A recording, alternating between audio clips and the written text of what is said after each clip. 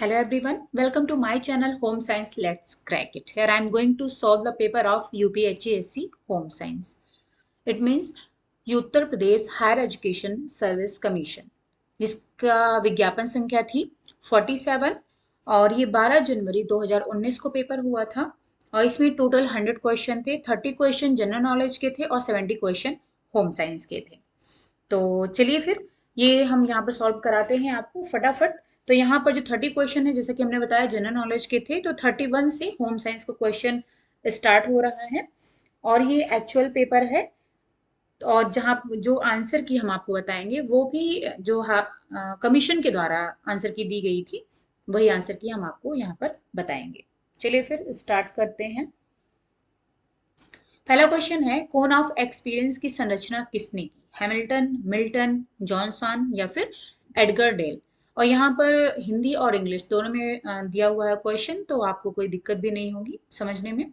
Okay, तो यहाँ पर चारों ऑप्शन में से जैसा कि कोन ऑफ एक्सपीरियंस की बात है, तो यहाँ पर आप ये कई बार क्वेश्चन आ चुका है और कई सारे एग्जाम में ये पूछा जा चुका है, तो आपको आई थिंक ये पता होना चाहिए।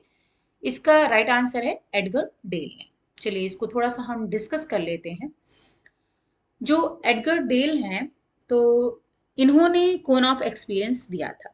तो इसके पहले हम थोड़ी सी टीचिंग लर्निंग मटेरियल की बात कर लेते हैं। अब कोई भी टीचर यानी कि कोई भी अगर अध्यापक है, तो वो अगर अध्यापन अधिगम सामग्री यानी कि TLM, टीचिंग लर्निंग मटेरियल का अगर यूज करता है, ठीक है, मतलब इसका प्रयोग किसी भी कौशल, तथ्य या धारणा को समझाने के लिए अगर कर रहा है, उसको प्रबलित करने के लिए करता है, तो क्या होता है कि जब भी कोई भी टीचर इन मटेरियल्स का यूज करता है स्टूडेंट को समझाने के लिए, उनको मोटिवेट करने के लिए, तो एक तो जो भी वो समझाने जा रहा है उसमें एक नयापन, नवीनता आ जाती है और उसमें परिवर्तन आता है। क्योंकि जैसे अब हम गए, हमने जा करके लेक्चर ले लिया, फटाफट लेक्चर सिर्फ पढ़ाकर और हम चले आए। लेकिन अगर हम मटेरियल का यूज कर रहे हैं किसी भी, मान लीजिए कि अगर हम हार्ट समझा रहे हैं, यानी कि हृदय का कार्य कैसे होता है ये हम समझाने की कोशिश कर रहे हैं, तो अगर हम उसका फिगर बनाते हैं, चित्र बनाते हैं, ठीक है, और उसको बकायदा हम ब्लैक बोर्ड पर उसका डायग्राम ड्रॉ करके और फिर हम उसको समझाते हैं कि किस तरीके से हमारा हृदय, हार्ट काम करता है, ठीक, तो क्या होगा, वो ज्यादा समझ में आता है। या फिर हम उस हार्ट का स्पेसिमेन तैयार कर सकते हैं, उसके थ्रू हम समझा सकते हैं। तो इस तरीके से अगर जब भी अध्यापन किया जाता है, तो अगर उसमें जो अधिगम सामग्री का अगर यूज करके किया जाता है, तो वो ज्यादा इंटरेस्टिंग हो जाता है। उसमें क्या होता है, ना ही कोई टेंशन होती है, ना ही कोई डर होता है, ना ही उबन होती है, यानी कि ना ही बोर होता है, ना ही टीचर बोर होता है और ना ही स्टूडेंट। दोनों की रुचि बनी रहती है, दोनों ही इंटरेस्टिंग वे में सीखते हैं और सिखाते हैं। ओके, अब ये जो अधिगम अध्यापन अधिगम सामग्री है, इसी को विभिन्न प्रकार के प्रत्यक्ष या फिर अप्रत्यक्ष अधिगम का जो अनुभव प्रदान करते हैं, उसी को एडगर डेल ने 1969 यानी कि 1969 में एडगर डेल ने अधिगम अनुभवों को प्रत्यक्ष से अप्रत्यक्ष की ओर एक कॉन्टिन्यूम में व्यवस्थित किया, यानी कि मूर्त से अमूर्त की ओर इन्होंने व्यवस्थित किया। अब जो ये प्रत्यक्ष और अप्रत्यक्ष अनुभव है, उसको इन्होंने मूर्त से अमूर्त दोनों के बीच में एक संबंध दिखाया और इसी को इन्होंने अनुभवों का शंकु यानी कि कोन ऑफ एक्सपीरियंस की संज्ञा दी। ठीक है, चलिए इसका हम पिक्चर देख लेते हैं जो ये बता रहे हैं। तो यहाँ पर आप ये पिक्चर देख सकते हो, थोड़ा मैं छोटा कर देती हूँ। ओके, तो ये है कोन ऑफ एक्सपीरियंस, ठीक है। अब यहाँ पर ये शंकु है, कोन है, अनुभवों का शंकु। अब यहाँ पर आप देख सकते हो निम्न यानी कि प्रत्यक्ष से लेकर के अप्रत्यक्ष, यानी कि निम्न से उच्च की ओर जा रहा है, प्रत्यक्ष से अप्रत्यक्ष की ओर जा रहा है, मूर्त से अमूर्त की ओर जा रहा है, ठीक है। अब यहाँ पर इन्होंने टीचिंग लर्निंग मटेरियल का भी नाम लिखा हुआ है कि किस तरीके से उसका यूज किया जाएगा और कौन सा ज्यादा प्रभावी होगा, कौन सा ज्यादा प्रभाव डालेगा, ठीक है। तो चलिए पहले हम इसको देख लेते हैं, उसके बाद में इसको हम डिस्कस करते हैं। अब यहाँ पर जो इन्होंने प्रत्यक्ष अनुभव था उसको शंकु के तल में रखा है, और जो सर्वाधिक अमूर्त अप्रत्यक्ष था उसको शिखर के द्वारा यानी कि शिखर पर रखा हुआ है। ठीक है, तो इस तरीके से इन्होंने प्रत्यक्ष से अप्रत्यक्ष की ओर इसको दिखाया है। अब इनके अनुसार सबसे कम प्रभावी जो विधि है वो कहाँ पर है? शिखर पर है। ठीक है, और सबसे ज्यादा प्रभावी जो विधि है वो कहाँ पर है? तल पर, यानी कि बेस में है। अब इन्होंने ये चीज बताया कि किसी भी क्रिया द्वारा प्राप्त अनुभव जो होता है वो 90% तक स्मरण हो जाता है, यानी कि याद हो जाता है। ठीक है, अब इस तरीके से इन्होंने एग्जाम्पल दिया। अगर मान लीजिए हम किसी पौधे के भाग के बारे में समझाएं, जैसे हमने हार्ट का एग्जाम्पल दिया, तो इन्होंने ये एग्जाम्पल दिया था कि अगर हम किसी भी प्लांट्स के जो है पार्ट्स के बारे में अगर बताने जा रहे हैं, तो या तो हम उस पौधे को क्लास में ले आएं और तब हम उसके अलग अलग भागों के बारे में स्टूडेंट को समझाएं, या फिर हम उस प्लांट का पिक्चर जो है ड्रॉ कर दें ब्लैक बोर्ड पर, तब हम उसको समझाएं, या फिर उसका हम एक स्पेसिमेन तैयार कर ले और फिर हम जो है डिफरेंट डिफरेंट पार्ट्स को बच्चों को समझाएं। तो क्या होता है कि अगर आप प्रत्यक्ष अनुभव देना चाहते हो स्टूडेंट्स को, तो आप प्लांट्स को ले आओगे प्रत्यक्ष रूप से और उसको क्लास में, तब उसको उसके अलग अलग भागों को स्टूडेंट्स को समझाओगे, तो वो ज्यादा समझ में आता है। क्योंकि जो हमारे आंख के सामने होता है, जो हम करके देखते हैं, वो चीज हमें ज्यादा देर तक याद रहती है। ठीक है, तो इसी वजह से इसी तरीके से इन्होंने बताया है। सबसे कम जो इन्होंने दिया है, ठीक है, जिसमें कि सबसे कम याद रहता है, वो है पाठ्य सामग्री या फिर शाब्दिक प्रतीक। यानी कि अगर हम पढ़ करके याद करते हैं, पाठ्य सामग्री का यूज करते हैं, तो हमारा जो अनुभव होता है थोड़ा कम होता है, यानी कि हमें कम याद रहता है, स्मरण रहता है। अगर हम चित्र या दृश्य के माध्यम से याद करते हैं तो इससे थोड़ा सा अधिक याद रहता है। ठीक है, अगर हम सुन करके याद करते हैं, फोटो के माध्यम से, अभिलेखन के माध्यम से याद करते हैं, तो इससे थोड़ा सा बेटर होता है। फिर अगर हम चलचित्र का मतलब है जो चित्र के साथ साथ में वो उसमें मूवमेंट भी हो रहा है, तो वो इससे बेटर हमें याद रहता है। फिर क्षेत्र भ्रमण अगर हम करते हैं तो वो चीज हमें ज्यादा याद रहती है। फिर प्रदर्शन यानी कि डिमॉन्स्ट्रेट करके अगर हम जो चीज दिखाते हैं, फिर वो इससे बेटर होता है। नाटकीकृत भागीदारी यानी कि जैसे कि हम नाटक ड्रामा करते हैं, तो वो चीजें हमें ध्यान ज्यादा याद रहती हैं। आविष्कृत अनुभव यानी कि जब हम कोई आविष्कार करते हैं, कुछ क्रिएट करते हैं, तो वो चीजें हमें ज्यादा याद रहती हैं इससे ज्यादा। और सबसे लास्ट में इन्होंने रखा है प्रत्यक्ष संप्रयोजन अनुभव, यानी कि जब हम प्रत्यक्ष कोई चीज सामने रख करके वो समझाते हैं, उसको बताते हैं, तो वो चीज सबसे ज्यादा यानी कि 90% तक याद रहती है। ओके, इसको हम इंग्लिश में भी दिखा देते हैं आपको। इसका इंग्लिश में आप देख सकते हो यहाँ पर, ये है यहाँ पर जो मूर्त से अमूर्त का मतलब है concrete to abstract. Okay, degree of abstraction इन्होंने बताया है। और यहाँ पर ये चीज इंग्लिश में भी लिखी हुई है, तो आप यहाँ से इसको भी देख सकते हो। डायरेक्ट पर्पसफुल एक्सपीरियंस यानी कि अनुभव के द्वारा डायरेक्ट जो एक्सपीरियंस होता है उससे हमें सबसे ज्यादा याद रहता है। कितना? 90% तक हमें याद रहता है। और सबसे कम टेक्स्ट वर्बल सिंबल्स के द्वारा। चलिए, तो ये था कोन ऑफ एक्सपीरियंस। अब हम आते हैं नेक्स्ट क्वेश्चन पर। ये ध्यान रखिएगा, जो इन्होंने ये अनुभव का शंकु दिया है, ये कब दिया है? 1969 में। ओके, अब आते हैं सेकंड क्वेश्चन पर। तो ये है, परिवार किस प्रकार की संस्था है? सामाजिक, संस्कृति, या फिर शैक्षणिक, या फिर उपरोक्त में से कोई नहीं। तो जो राइट आंसर है वो है सामाजिक संस्था, यानी कि सोशल इंस्टीट्यूट है परिवार। क्योंकि जो हमारी सामाजिकता है वो हमारे परिवार से ही शुरू होती है। फिर है, उच्च शिक्षा का लक्ष्य क्या होता है? योग्यताधारी मानव संसाधन उत्पादित करना, अधिक संख्या में स्नातक या फिर परास्नातक तैयार करना, अच्छे नागरिक विकसित करना, या फिर उपरोक्त में से कोई नहीं। तो देखिए, इसमें से ये तो होगा नहीं। अधिक संख्या में स्नातक या फिर परास्नातक तैयार करना बिल्कुल नहीं होगा। अच्छे नागरिक विकसित करना, तो उच्च शिक्षा का मतलब कुछ हद तक है अच्छे नागरिक, लेकिन ये राइट आंसर नहीं है, ये तो है नहीं। जो राइट आंसर है वो है योग्यताधारी मानव संसाधन उत्पादित करना, यानी कि production of qualified human resource, इसका उद्देश्य होता है उच्च शिक्षा का। ओके, तो राइट आंसर है पहला आपका ए। फिर है शैक्षणिक संस्थाओं के प्रबंधन का महत्वपूर्ण गुण क्या है? कुशल प्रबंधन, छात्र व कर्मचारियों का कल्याण, संस्था के उद्देश्यों की पूर्ति या फिर उपर्युक्त सभी।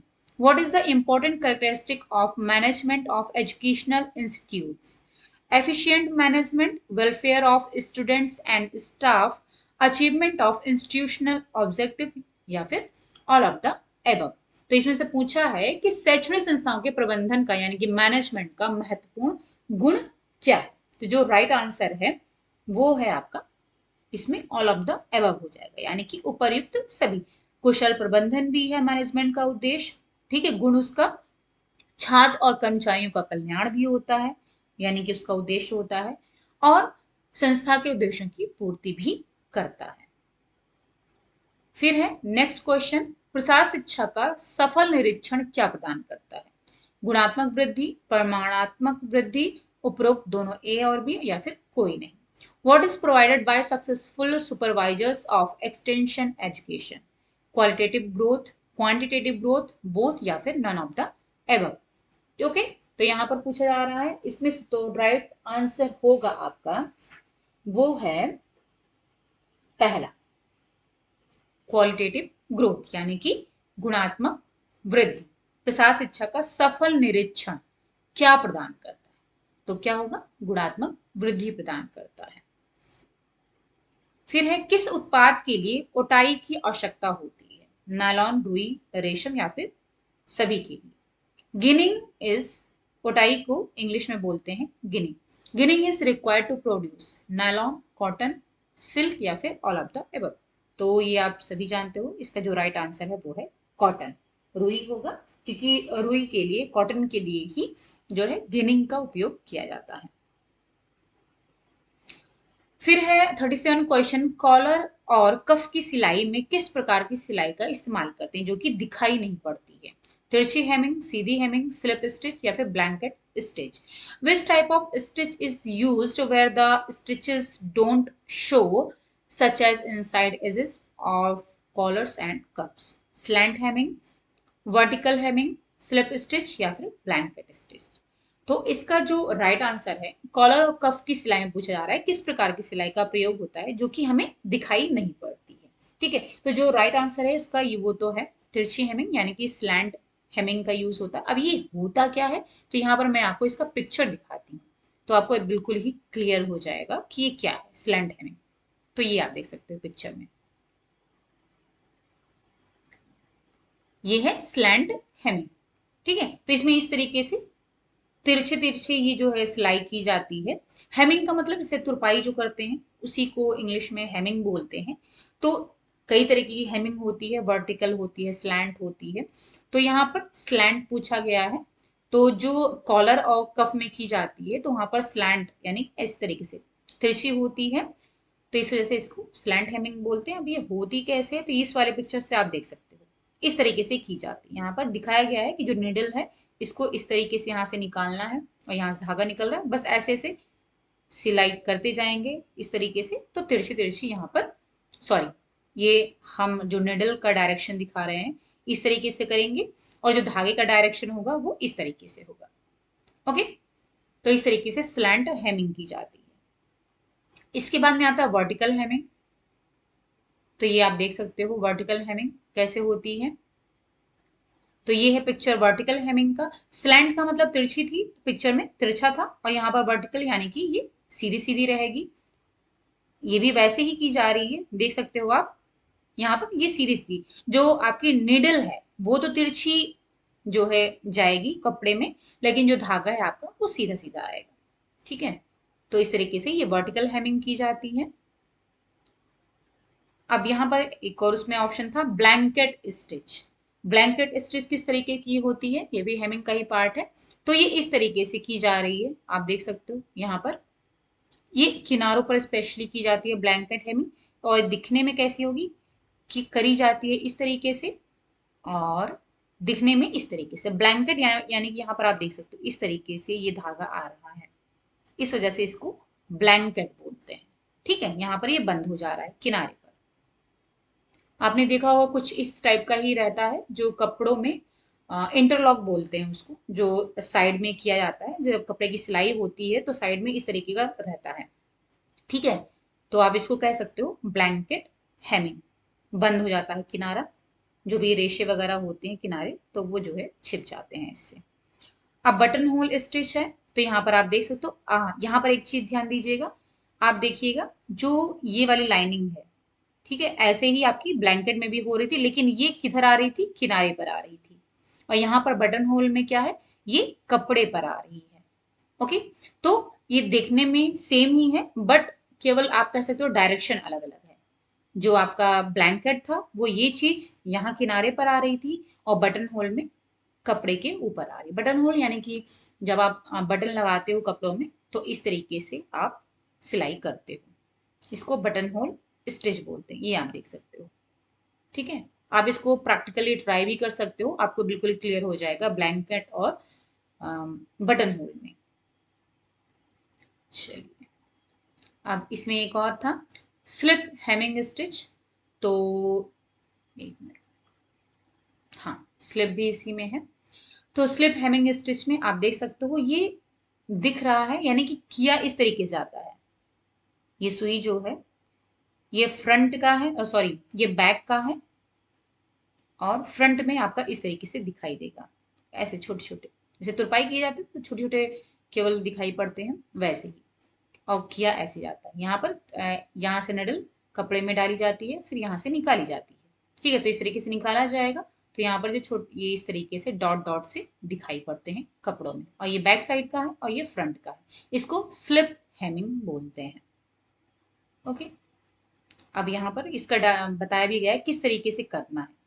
तो आप इसको जितना भी हम यहाँ पर स्टिच आपको बता रहे हैं, अगर आप इसको प्रैक्टिकली घर में करके देखोगे, क्योंकि यहाँ पर स्टेप बताया गया है किस तरीके से किया जा रहा है, अगर आप करके देखोगे तो आपको बिल्कुल ही कोई भी डाउट नहीं रहेगा, क्लियर हो जाएगा। तो यहाँ पर आप देख सकते हो, स्टेप 1 में यहाँ से धागा डाला गया, स्टेप 2 में इस तरीके से धागा यहाँ से निकला, यहाँ से धागा निकला, फिर यहाँ से सुई डाली गई, ठीक है।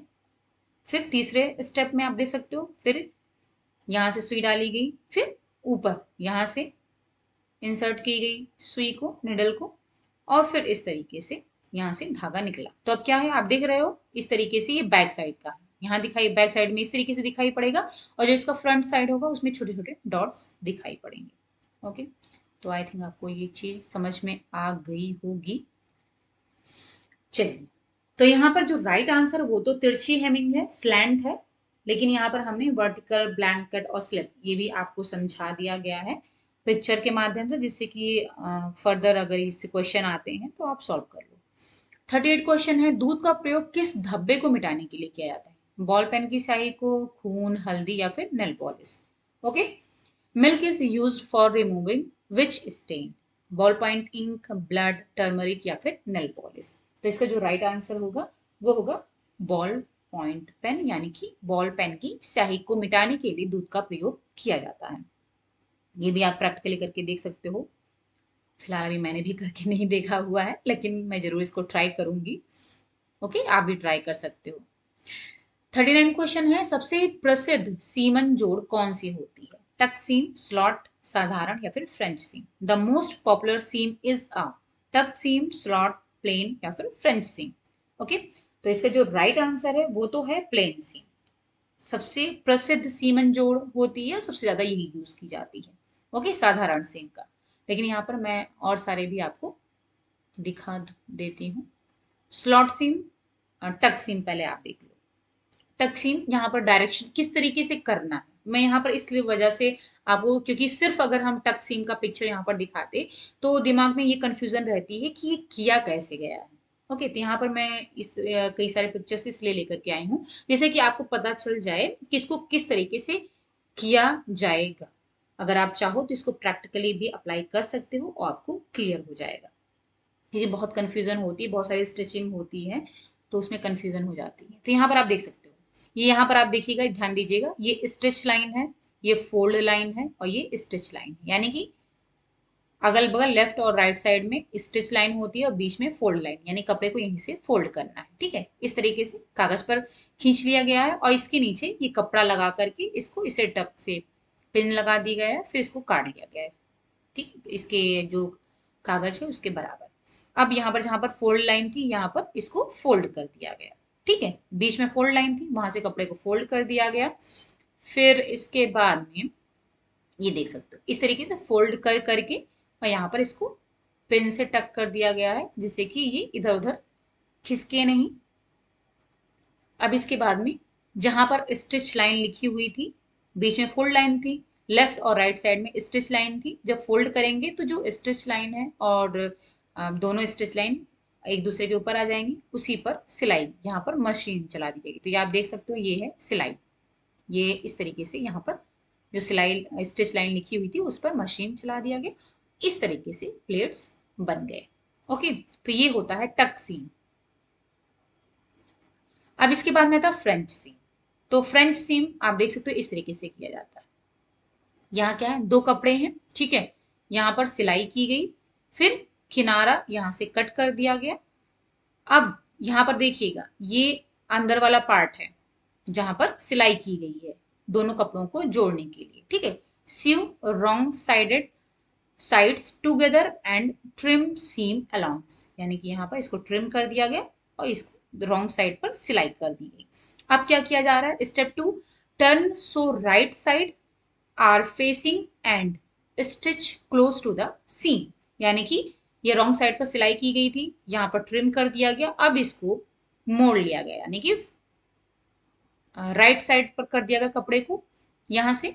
तो देखिए, अब यहां से जहां पर ये सिलाई की गई थी, यहीं से कपड़े को मोड़ दिया गया, यानी यहां से इसको मोड़ दिया गया सिलाई के साइड से। अब अंदर जो ये सिलाई वाला कपड़ा था, ये वाला जो कपड़ा है सिलाई वाला कपड़ा, ये वाला है, ठीक है, यहाँ से इसको मोड़ दिया गया जहां पर सिलाई की गई थी, तो ये अंदर चला गया और यहाँ से मोड़ करके फिर से यहाँ पर एक सिलाई कर दी गई। ओके, ये आपकी फ्रेंच सीम कहलाती है।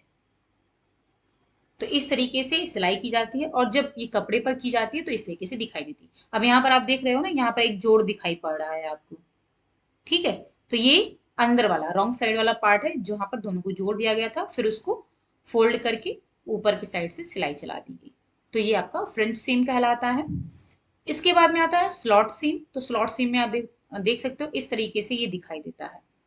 ठीक है, यहाँ पर ये मतलब दूसरा कपड़ा भी लगाया गया है और सेम कपड़ा भी लगाया जा सकता है, और यहाँ पर इस तरीके से ये सिलाई की जाती है। तो ये है स्लॉट सीम,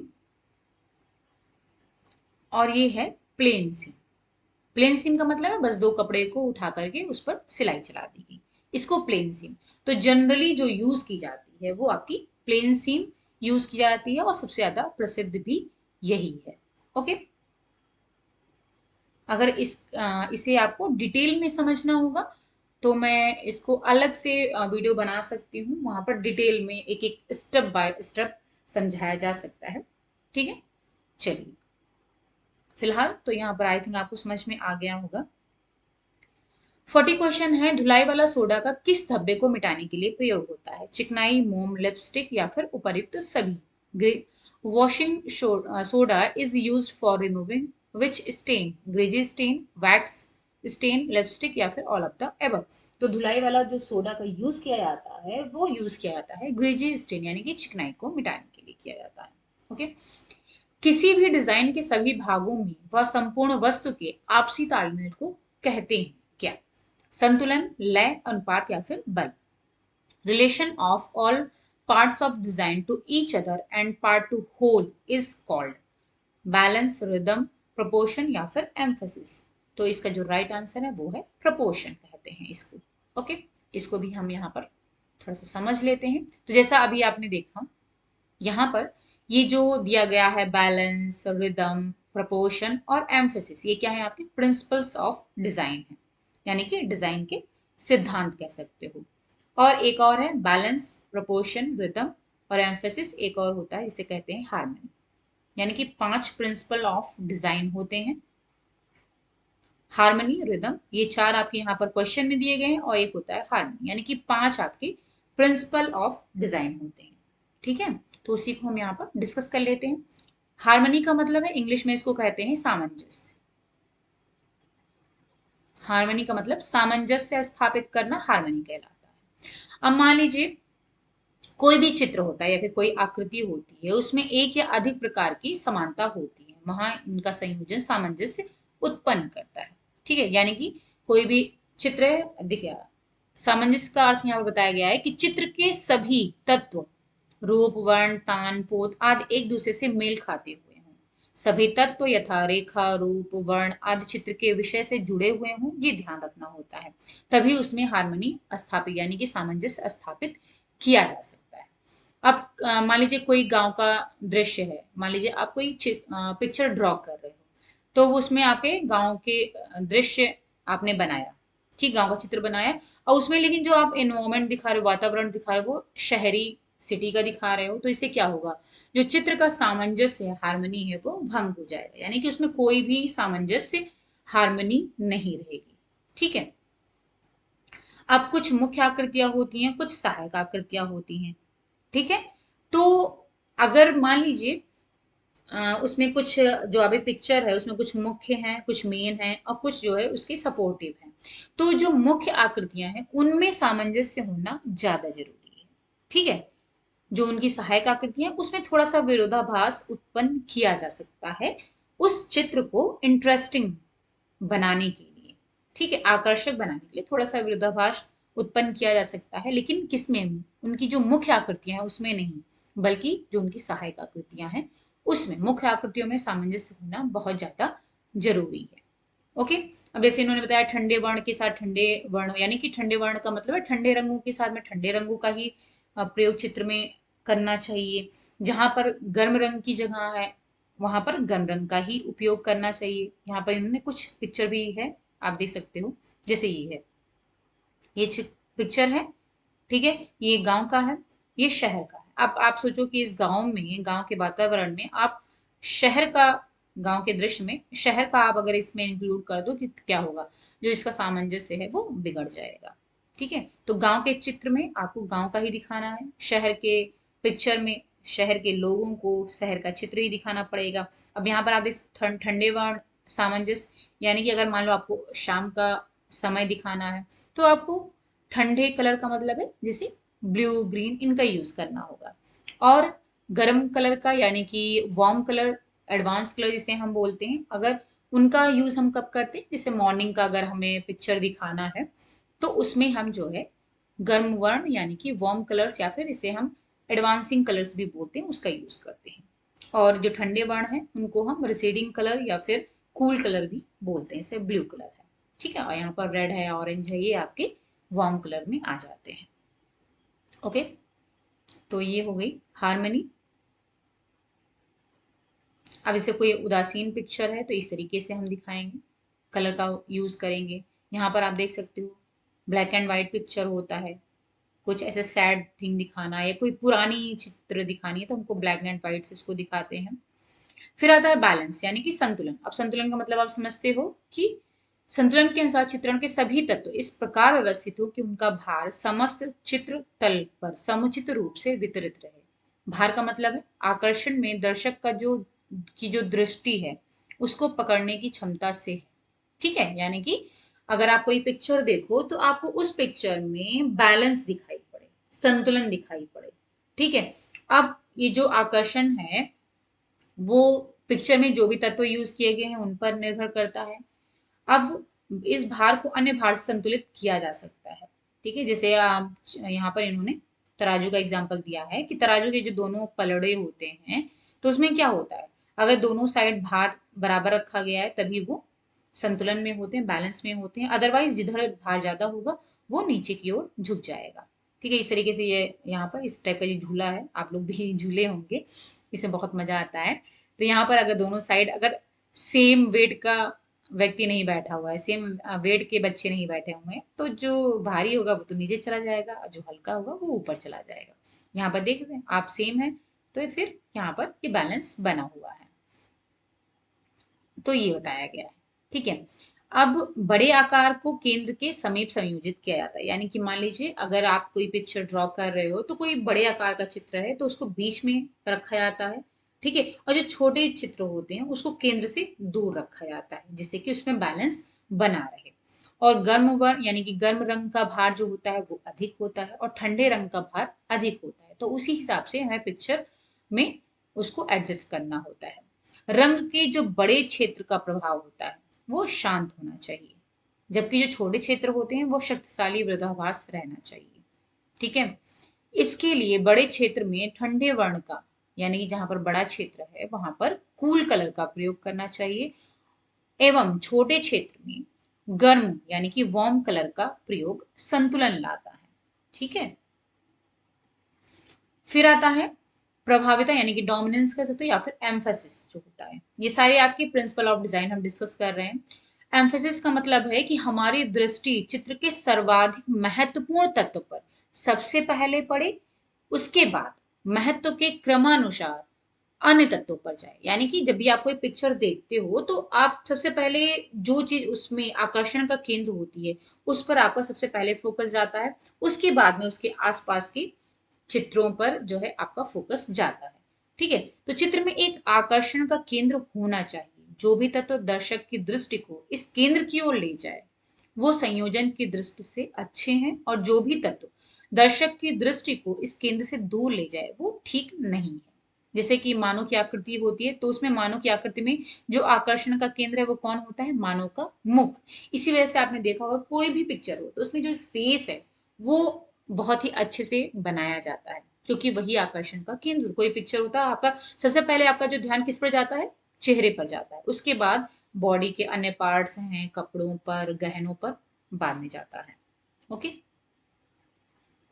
चलिए।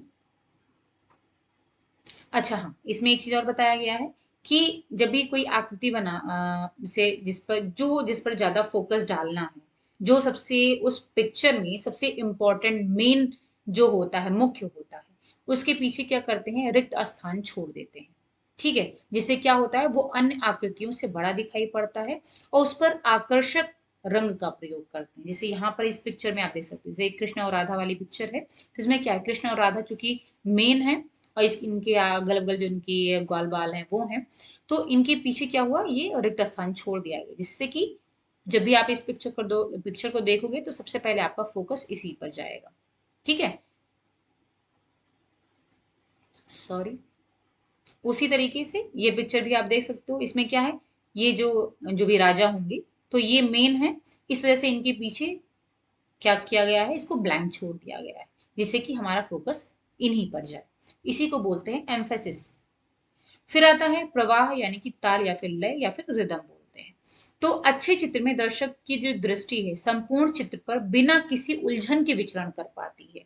किसी भी चित्र को देखते समय दर्शक की जो दृष्टि है वो चित्र में बाईं ओर के निचले भाग में से प्रवेश करती है और फिर संपूर्ण चित्र पर घूम जाती है। और एक अच्छे चित्रकार में गुण होता है कि दर्शक की दृष्टि को नियंत्रित करते हुए इच्छित मार्ग से आगे बढ़ाता हुआ चित्र के मुख्य स्थान पर ले जाता है। इसी को रिदम बोलते हैं। यानी कि एक रिदम के साथ में हमारा हमारे जो दर्शक है उसकी दृष्टि एक रिदम के साथ बढ़ती है, एक साइड से दूसरे साइड की ओर। ठीक है। जैसे यहाँ पर इन्होंने बताया है, जैसे किसी हाईवे पर अगर हम यात्रा कर रहे हो तो कुछ ही समय में हम यात्रा में नीरसता यानी कि बोर हो जाते हैं, लेकिन अगर हम किसी गांव की पगडंडी पर चल रहे हैं तो हर पल हम उत्साहित और उल्लासित रहते हैं। क्यों? क्योंकि अगर आप किसी गांव में जा रहे हो तो वहां पर एक जैसे रास्ते नहीं होते हैं, उबड़ खाबड़ रास्ते होते हैं। ठीक है। तो इससे क्या होता है कि हमें हमेशा यही डर लगा रहता है कहीं अरे हम गिर ना जाएं, या फिर क्योंकि रास्ते अच्छे नहीं होते हैं, तो इधर उधर हमारा ध्यान पूरा उस पर बना रहता है। लेकिन अगर आप हाईवे पर चल रहे हो तो क्या होता है कि चूंकि रोड एक जैसी है तो आप बैठे बैठे बोर होने लगते हो। तो वही चीज यहाँ पर समझाया गया है। अब जो लहरदार रेखाएं भी क्या करती हैं? वो जो है रिदम उत्पन्न करती हैं। लहरदार रेखाएं कोरदार रेखाओं से अधिक गति का आभास कराती हैं। प्राचीन भारतीय जो कला थी उसका जो आधार थी वो लहरदार रेखाएं ही थी। जो इन्होंने बताया कि जो अजंता की गुफाएं हैं उनमें जो चित्र बने हुए हैं, राजस्थानी चित्र शैली है, मुगल चित्र शैली है, उसमें क्या होता है? लहरदार प्रभावी रेखाओं का ही प्रयोग किया गया है। चित्र संख्या 22 और 23 यहाँ पर आप देख सकते हो, ये 22 और 23। ठीक है। ये अजंता की गुफाओं का पिक्चर है, तो ये आप देख सकते हो इसमें कैसे लहर उत्पन्न किया गया है। ठीक है।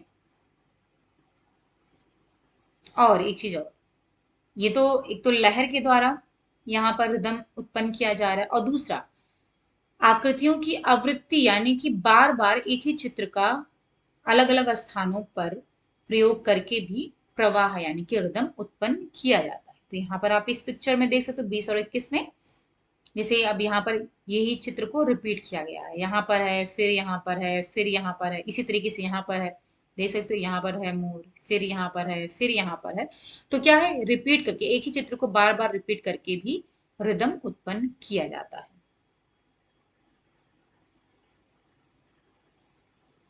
ये देखो गांव की पगडंडी है, यानी जैसे आप पहाड़ वगैरह पर जाते हैं तो क्या होता है, हम क्या बहुत एक्साइटेड रहते हैं, लेकिन जब हम सड़क पर चलते हैं, हाईवे पर चलते हैं, थोड़ा सा बोर हो जाते हैं।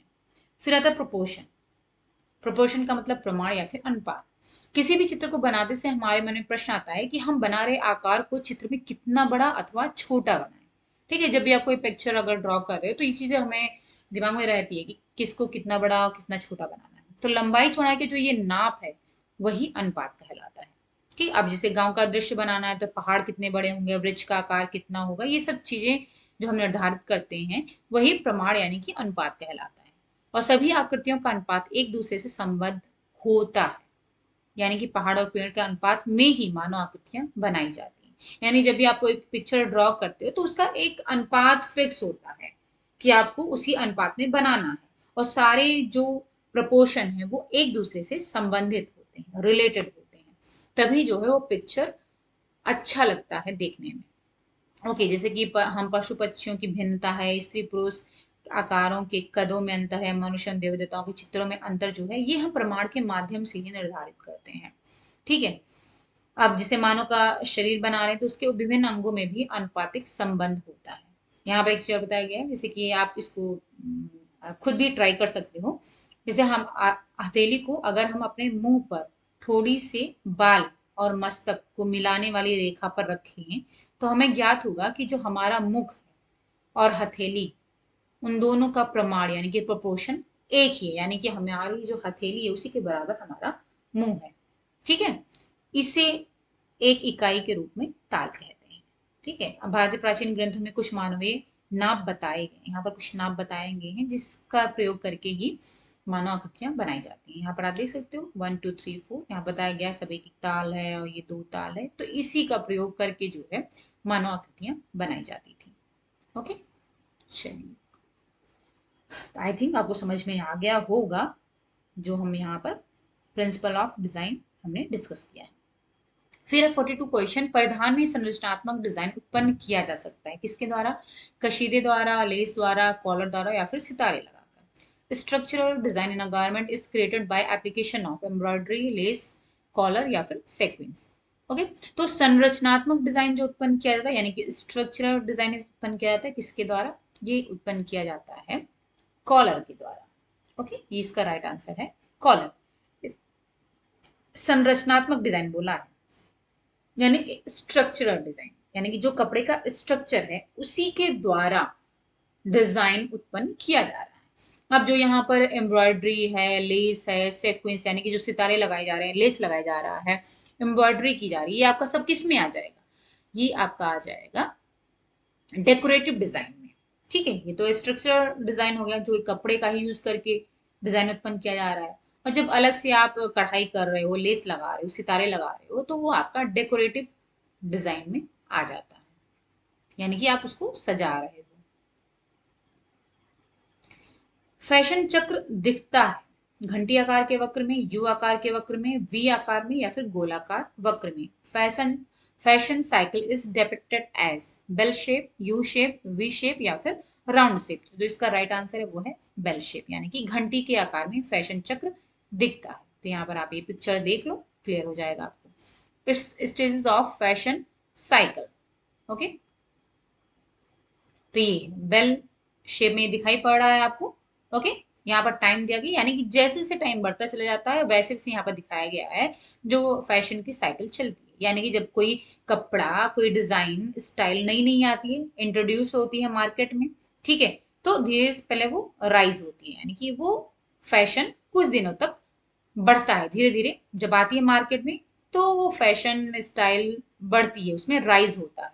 ठीक है, फिर एक समय आता है पीक, एक पीक समय आता है जिस टाइम पर वो स्टाइल खूब चलती है, खूब चलती है, हर कोई उस स्टाइल को पहन रहा है, खरीद रहा है, वो पीक टाइम होता है। लेकिन फिर क्या होता है, कुछ समय बाद में धीरे धीरे वो फैशन खत्म होने लगता है, यानी कि लोगों का इंटरेस्ट उसमें खत्म होने लगता है। जब ज्यादा लोग उसको अपना लेते हैं फिर धीरे धीरे डिक्लाइन होता है। फिर एक समय ऐसा आता है कि वो जो स्टाइल है वो बिल्कुल ही मार्केट से गायब हो जाती है। और जब वो फैशन, यानी कि अब वो स्टाइल गई, वो फैशन गया, फिर दूसरा फैशन आ जाता है। ठीक है, जैसे आपने सूट वगैरह में ही देखा होगा, अनारकली सूट आया, फिर बहुत पीक पर चला वो, उसके बाद में वो फैशन आउट हो गया, फिर ए लाइन कुर्ता आया, फिर उसका चला गया। इस तरीके से नेट वाले कपड़े आते हैं। तो कई जो कपड़े आते हैं मार्केट में आते हैं तो पहले धीरे धीरे बढ़ते हैं, फिर एक समय आता है पीक पर पहुंच जाते हैं, फिर धीरे धीरे क्या होता है, जैसे जैसे उनकी डिमांड कम होने लगती है, ज्यादा लोग तक वो पहुंच जाता है, डिमांड कम होती है, फिर धीरे धीरे वो खत्म होने लगते हैं और मार्केट से गायब हो जाते हैं और दूसरी स्टाइल आ जाती है। तो इसी को बोलते हैं फैशन साइकिल। ये इसके 5 साइकिल हैं, स्टेप्स हैं इसके, और ये बेल शेप में होता है। ओके, चलिए अब आते हैं क्वेश्चन 44 पर। धागे का काउंट उसके किस संख्यात्मक मूल्य को परिभाषित करता है? लंबाई, उत्कृष्टता, चौड़ाई या फिर कोई नहीं? The count of yarn is a numerical expression which defines its length, fineness, width। ये आप सभी जानते हो उसकी फाइननेस को, यानी कि धागे का काउंट जितना ज्यादा होगा उसकी फाइननेस उतनी ही अच्छी होगी।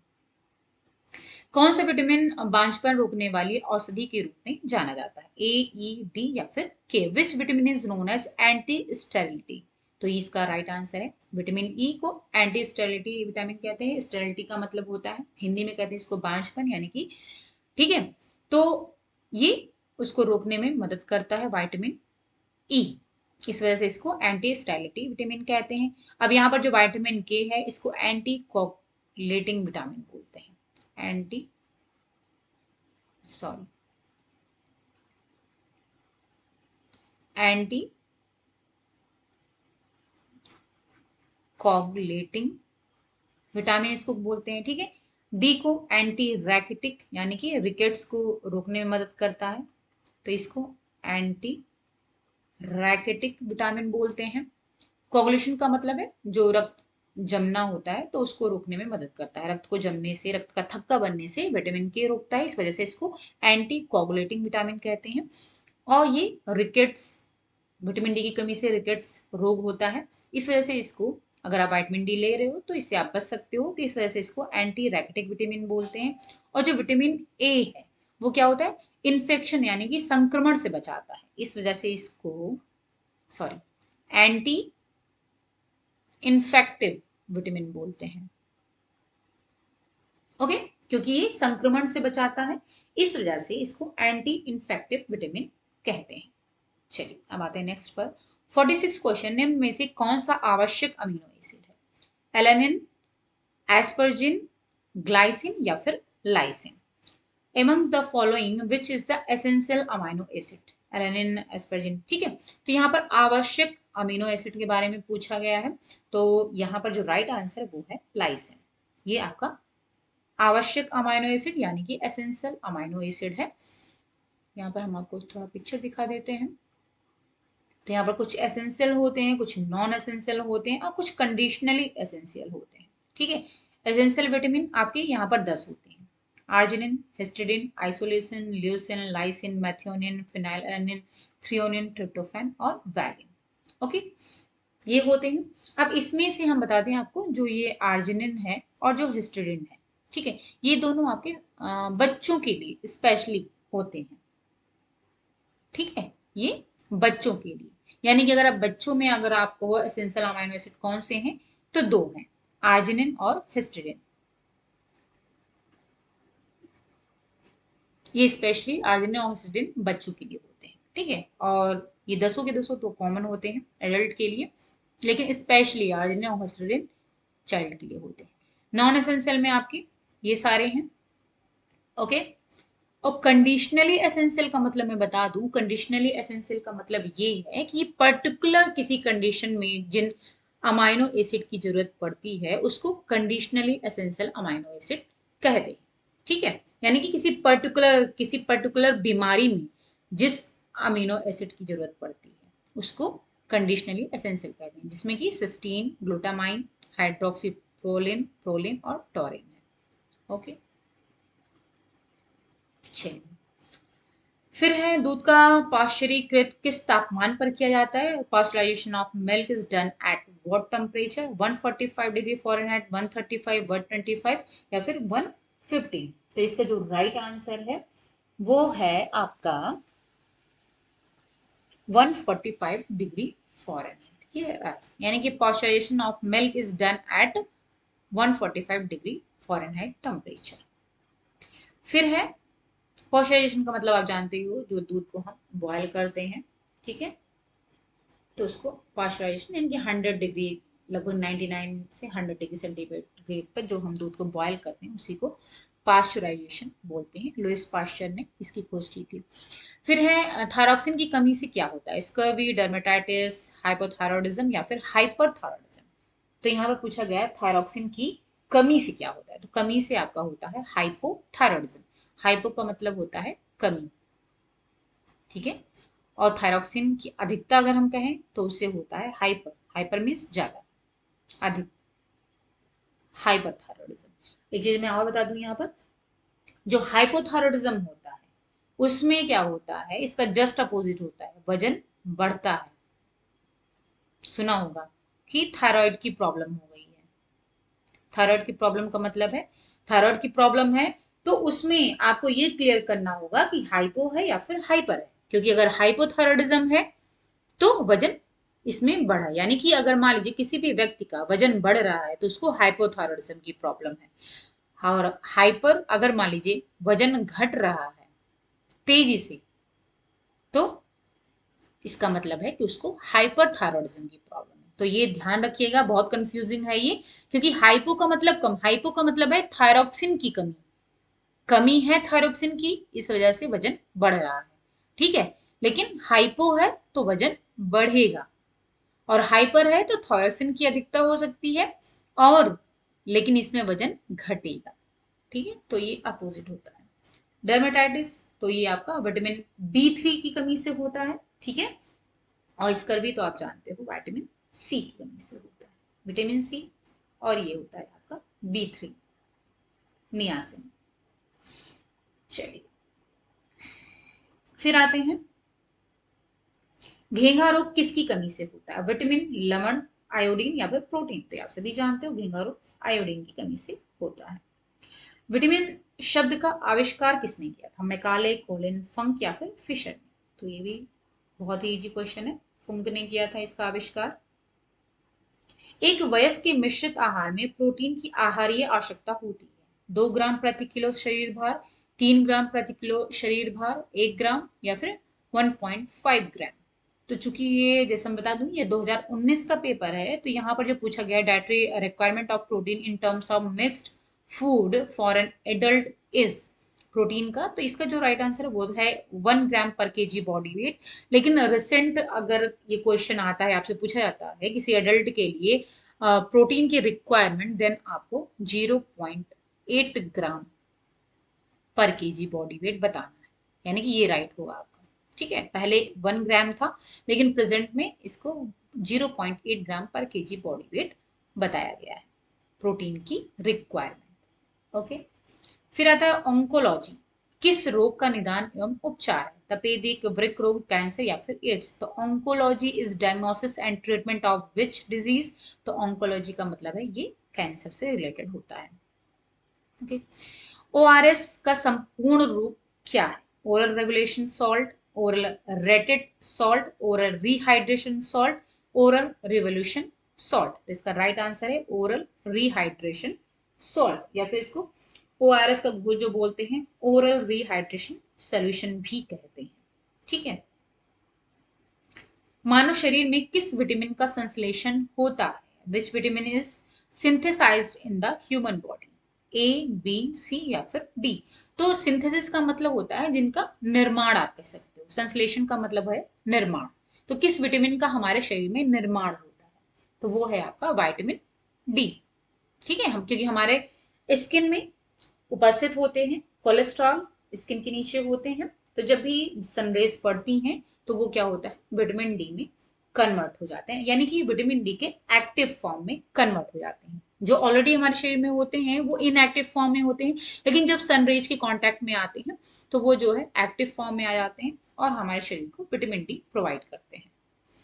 फिर है, भोजन में सोडियम की अत्यधिक मात्रा से रक्तचाप बढ़ता है। तरल का उदाहरण होता है बढ़ता हुआ रक्त का आयतन। उपरोक्त सभी, too much sodium in the diet can cause increased BP यानी कि blood pressure, retention of fluid, increased blood volume, या फिर all of the above.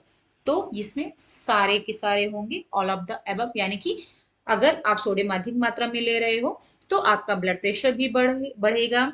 Fluid retention का मतलब है हमारे शरीर के अंदर जो है फ्लूइड इकट्ठा होते, तरल इकट्ठा होने लगता है, जमा होने लगता है, और जो ब्लड वॉल्यूम है वो भी बढ़ जाता है। ओके, तो भोजन में अगर सोडियम की अधिक मात्रा है तो ये सारी चीजें हो सकती हैं। ओके, अब इसके बाद 56 से हम फिर नेक्स्ट वीडियो में डिस्कस करेंगे। ओके, चलिए फिर, अगर आप ये वीडियो आपको पसंद आया हो और जो भी हमने समझाने की कोशिश की है अगर वो आपको समझ में आए हो, अच्छा लगा हो, देन लाइक जरूर करें और ज्यादा से ज्यादा शेयर करें। अगर नए हैं तो सब्सक्राइब जरूर करें। ओके, मिलते हैं फिर नेक्स्ट क्वेश्चन नेक्स्ट वीडियो में। Okay, thank you so much and bye bye, take care.